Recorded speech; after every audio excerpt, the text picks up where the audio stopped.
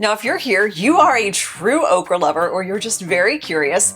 So I'm gonna challenge you to try this in a very unconventional way. We're gonna eat it raw. The flavor is really mild, just a green, fresh, definitely still okra flavor. Now, when I eat this straight off the stalk, there is no slime. This one has been sitting in the fridge for about a day, and I noticed when I cut it, there's just a tiny bit of slime, which I don't mind. The hairs on the pod are still really soft. I think just sprinkling a little bit of salt with each bite would be really fun. Now, the only way you can do this and enjoy it is if it's very young, and about the only way you're gonna get it very young is if you are picking it off the plant yourself. Let me show you how thin the walls are when it's really young. That makes it really delicate. It's not stringy or tough. And this is a luxury to me. Like, growing your own food is so humbling, but the experience brings me so much joy, and that's the luxury. The taste of okra reminds me of my grandmother.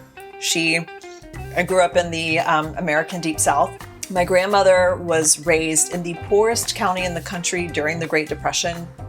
Fascinating story. She had her own garden, so that was always a highlight when we went over to her house. We were always having these giant vegetable plates of homegrown vegetables. So the plant has the most beautiful flowers. The blooms only last a day, and then the okra pod starts growing once the blossom falls off. It only takes a few days for it to get to somewhat of an edible size. Having my own okra plant has been a real treat. So yes, you can eat okra raw, and it's still very enjoyable. So what do you think?